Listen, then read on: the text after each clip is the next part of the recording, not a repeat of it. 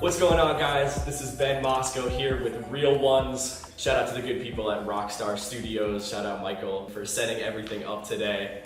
We're joined by Ebony Loren as her tenure in Chicago comes to a close, actually. Yeah, I know. I'm going to be here for like 10 more days. Big move out to LA. You just graduated Columbia. I did, yeah. Can you kind of like reflect a little bit on your experience there? And like, at school? Yeah, how it helped. Or maybe didn't help, you know? I mean, I'm just going to say that like my college experience is, very, well, not that unique because a lot of people went through it during the pandemic, but it's heavily affected by that. So my perception of like college and my experience in it is going to be a lot different than, how other people's would have been. So like I did enjoy it, but I definitely did miss out on a lot of what I could have done, especially being a performance major.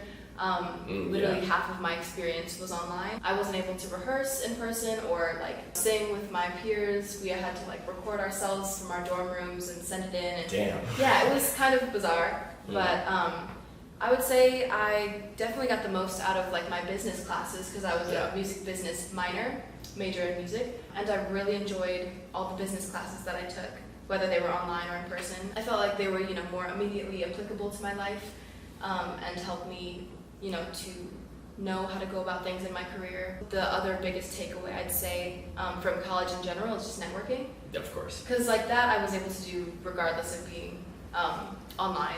Although I'm sure it could have been a little more close and personal had it been completely in person, but I still got a good amount of value out of the college experience. And I'm glad I was able to get it over with in 3 years. Oh, yes, like either way, I'm still glad I got to graduate early. We graduated the same year, so we kind of had that similar obstacle of just like things being ground to a halt. Like, from the perspective of somebody who's a performance major, having to accommodate that for the virtual space can be like very challenging, I would imagine. Yeah, it was very tough. I had a roommate who was a theater major like during that time, like my junior year, so like 2020 to 2021. And I would like hear him, doing his like singing practice and everything. Like he was in an a cappella group too. They were rehearsing virtually. It was just a whole. That's exactly what I went through because I was like in a vocal jazz group, and we all had to like record our parts separately and then send in our audio file and stack them up to see if we sound good together. Oh my gosh! See if everyone was even going at the same like pace and everything. Yeah, it was oh my god! So the jazz performance group. So you obviously have like an interest in jazz. Taking that even like the opato tune, which is kind of like a more bossa nova style, but like jazz influence. Where did that love for that style of music kind of form for you? Definitely high school, because so I'm originally from Milwaukee, Wisconsin, and I went to this performing arts high school. I was a vocal major, and we had every sort of choir. We had musicals and everything, but we also had our vocal jazz group. Only I think it's like 14 members get to enter that group, and I was in that group for like 2 to 3 years. I just love being able to sing, complex harmony with friends. I wouldn't say I'm like the most knowledgeable about jazz and about jazz theory and everything. I didn't study jazz necessarily, but I still love the genre, and I do like to incorporate it into my music still today. When did the transition come to start recording stuff on your own? It's something I've kind of always done. Like I've been singing since I was like 3, and I've been songwriting since I was like 10. And even back then in like elementary school, I had all these original songs and I would try and record them or like go to different studios here and there. I got like all my first recording equipment from home, like my little home studio when I was like 14 or 15, I think. Once I got out of high school, I guess, was when I started to put a focus on myself as an individual and as, a solo artist. Yeah. I was in college, I had more freedom and more free time, and I was able to really just put the focus on my own stuff. The transition out of high school for anybody is just having more unstructured time, figuring out how to fill it in. So that home studio space that you had, as like a high schooler, was that like a very solitary experience recording there, or would you bring people by to do some stuff? It was mostly just me, because I'm self-taught and everything. Like I didn't know what I was doing, so I would just sit in my room for hours, like daily, and just mess around with stuff, watch YouTube tutorials, and learn how to record myself. I used to make beats back in the day. Oh yeah, okay. I don't produce as much anymore, but I definitely would get back into it now that I have even more free time being graduated. Yeah. But it was mostly just me and kind of doing some self-study. Transitioning into Columbia, you meet Ethan and you meet Alexi, who is now part of your management team. Ethan's done a lot of production for you. When was the first introduction to those two? The way I met Alexi is kind of funny. So I think it was my freshman year of college. I was looking for an internship And good old Tom Joyce, he helps, his students find internships and jobs and everything. And so he suggested that I look into Zoetic. It was like an audio engineering internship. And so I did do that my freshman year of college. And I was working with Jay, who is still, engineering for them. Jay Douglas, shouts out. Going into the internship, they knew that I was an artist too, but that I just wanted an internship. No, totally.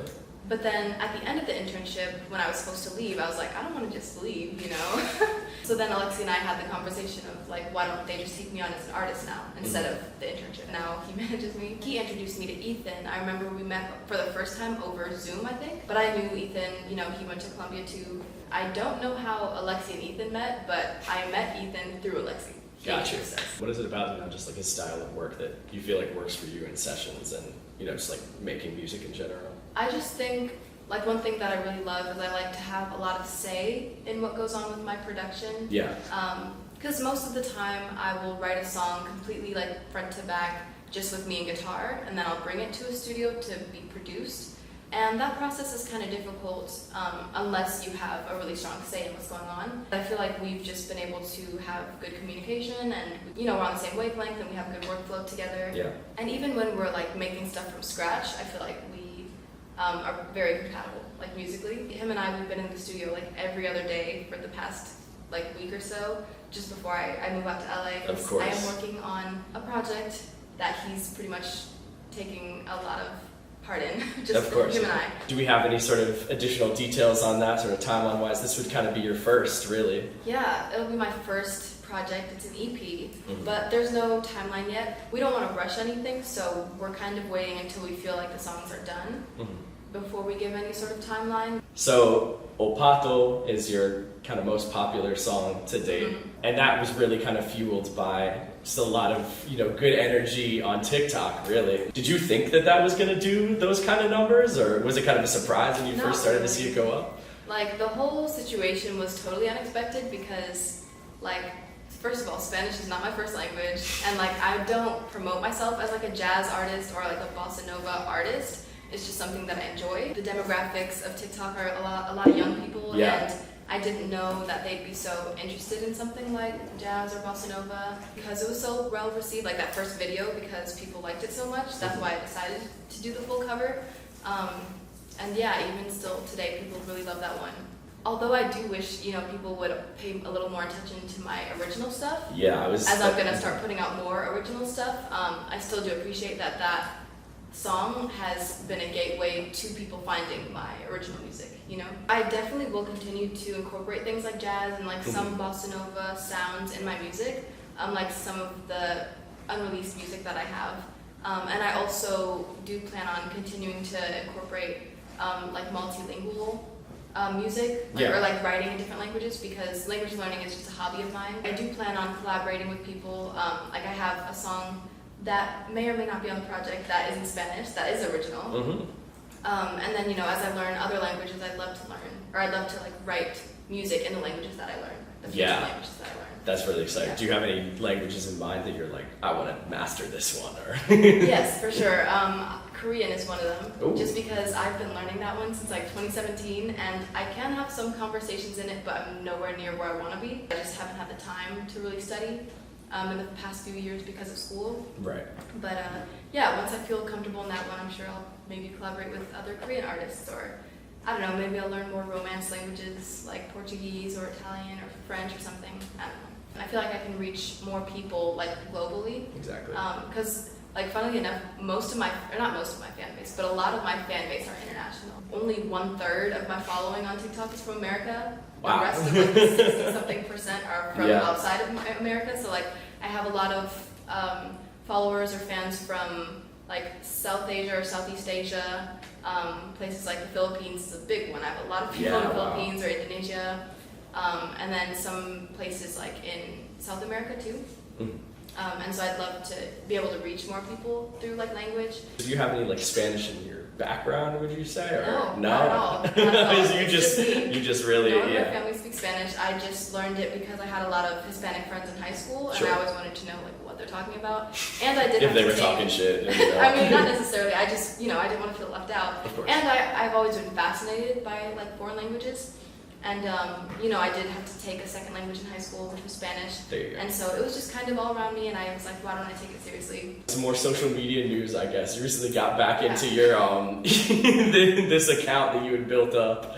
You know, you had to like build a new one basically for a year, and then finally got the situation resolved and got the blue check. So big, you know, big recent week for you. How frustrating was that, I guess, at first when you were locked out initially? Because I just know that so much of careers in the contemporary time of being an artist, right, can depend on like pushing stuff out to that social media following. Yeah, it was very frustrating because it was around the time where I was like, I was seeing the most growth on all my social media platforms, on TikTok and on Instagram. I just passed like 10,000 followers, and I was like, oh my gosh, this is so cool. And like right after that, in the peak of my growth and everything, it was when I got hacked. We were trying to get the verification, and then things went wrong. It was a whole mess of a situation, and both my TikTok and Instagram got hacked in the same day. But luckily, I was able to get the TikTok back within that day. Okay. But the Instagram was just, it was so hard to get that back, just because there was issues with like the two-factor authentication and stuff. And Instagram, they're not that responsive. After a few months of trying everything, and like even getting on the phone with people at Facebook and not getting any help, I kind of gave up. And so I didn't really know that there was this new method of like retrieving an account that wasn't an option before. And so I just woke up one day and I got like a notification from Facebook saying, hey, you're verified now. And I was like, there's no way. And I went back to my old Instagram account that I had no access to, and it was verified. And I was like, what the heck, what am I supposed to do? Because I don't have access to this account, but it's verified. And so I was like, you know what, I have to get it back now. Like, that it wouldn't make sense otherwise. Exactly. And so that morning, I just did nothing but like I reached out to people trying to figure out how to get it back, and someone was able to help me, and I finally just got it back that morning. Now I have 2 Instagram accounts. Yes. And I'm not sure what I'm gonna do yet with the new one, because now I have the verified one back, and so I'm kind of gonna try to make like a slow transition back to using the official account. Yeah. But like as soon as I got my old Instagram account back, I had a lot of DMs that were missed from last year. Right, of course, it's a full year. Yeah, so I was like going through those, and one that I remember very specifically, kind of recently actually, was this artist from Kuwait. She had like this band, and they had a performance, and they covered one of my songs. They did a cover of Retrograde, like with a full band for a performance, and then she sent me the video, and she was saying how she's such a big fan and everything. I've seen covers of my songs before. There's not that many out there, but there definitely have been various covers of most of my songs, I think. But this one was just super cool because like being able to reach someone so far away and have them cover my music. Yeah, like, and even play with a live band, which is like something that you yourself may not have been able to do all that much. Yeah, and they were great, you know? It was super cool to see, and that, you know, I'm able to reach people that far away. The music is making waves. Yeah. It's fantastic. So, you spent 3 years here in Chicago with undergrad, right? Reflecting on the time here, what was something that was like really enjoyable for you? You know, what are some memories, you know, that you'll take away that are like always going to be there for you? Man, I mean, I've loved all the performances that I've had here. And more so than like an event or a place, it's like the people, I feel like, were the best part of the city. There are definitely things that are special about being here in Chicago, but, you know, the one thing that I can't get anywhere else are the people. You know, something that's so crucial about the summertime in Chicago is like people can actually go out and see each other. You know, it's just like kind of a taller order, right? When it's really cold, you know, to walk to somebody's place or even, you know, have like an outdoor gathering type of thing. So the summer is always the time where I've kind of like found myself trying to get to everything possible every second of every day. Coming to LA, you know, in 10 days, which I'm not sure when this is going to air, but probably, you know, after you're already there. You know, do you have any sort of goals in mind, like things you want to do within that first year and just in general? Yeah, for sure. So I'm just really excited to get back in contact with a lot of the friends that I made out there. I have like a lot of artist friends who I want to further those relationships in terms of being friends, but also just being able to collaborate with people and, you know, meet back up with a lot of the producers and songwriters that I met and making new friends and making new connections. I'd love to perform a lot more out there. There's just a lot of opportunities to be taken advantage of there in terms of making connections and just being in a location where like a lot of the industry is going on, you know? My biggest goal is I just want to be able to do music full time, and that's what I'm going to try to do, like as soon as possible, and I feel like that's going to be a great place to get started, you know?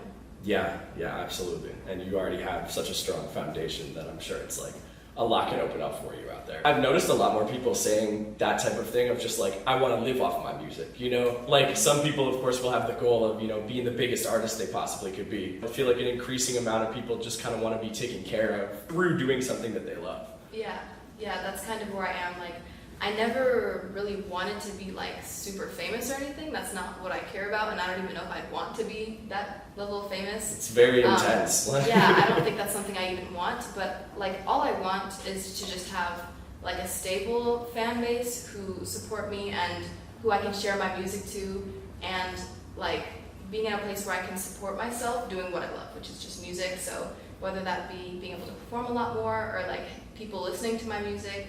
I don't need crazy numbers or anything. I just want enough that I can, you know, be comfortable and continue to do what I want to do. This is Real Ones, so I'd love if you had anyone in mind that's like kind of a real one to you. Somebody that's kind of had your back, somebody you just want to shout out, basically.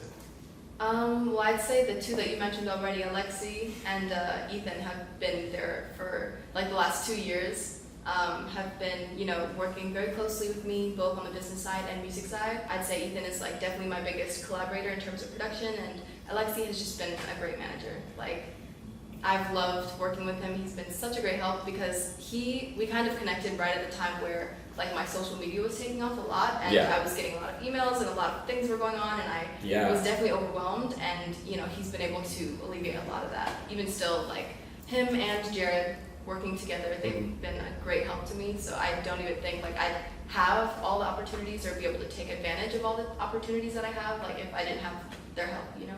Yeah. Big shout out to Alexi, Ethan, shout out to Zoetic, of course. You mentioned sort of like that time where a lot of people were kind of reaching out to you, you know, as the social media was taking off. I'm sure a lot of people were offering, you know, their help. And the music industry, of course, can get very predatory, right? People looking to sign you to stuff that you might not be able to recoup, or just, you know, whatever it might be, getting you into a non-ideal situation. So in that time, you know, what approach did he kind of take to, you know, drown out all the noise, and that you were like, oh, I feel confident working with this person, basically? Yeah, so like right off the bat, we made this management email that we all have access to, so we all can see everything. Although I'm usually not the one responding to those emails, I can see everything. Yeah. So basically, like the biggest help was just taking that weight off of me to have to respond or talk to these people. You know, people are gonna try and be super nice and, you know, try and promote themselves as the best that they can, even if they don't have the best intentions. But having like a third party, like someone like Alexi, kind of as a barrier in between them and me to kind of, you know, vet which people are good, which are not, and like set up calls if we have to, and be able to talk to these people and see what's going on. It's just been a great help, and I can focus on the creative stuff and not have to worry about negotiating with people who I don't know or stuff like that, you know? Yeah. But at the same time, you know, I guess this music business minor has also kind of positioned you to know a lot. Yeah, you know, I definitely have the knowledge to do so, but I don't have the burden of having to do that as well as be an artist. So that's why, like, I love that I can see everything. I get to read all the threads. I know what's going on. We have a group chat and we text like every day. Of course. So I know everything that's going on, and I always have a say, which is great. But I just don't have to be the one to like handle it, you know. Do you have anything else you'd like to add? I guess just know that I have more music coming soon. Like my last release was back in March, but I have been working on my first project, my first EP. There's no no release dates yet, but just know that I've been working on a lot of stuff, especially since graduating. And I'm just really excited to share new music finally. Lots that I've been working on. So just stay tuned for that, I guess. Okay, this has been an interview with Ebony Loren for Real Ones. Thank y'all for tuning in, and we will have plenty more shortly. This is Ebony Loren, and you're tuned in to Real Ones.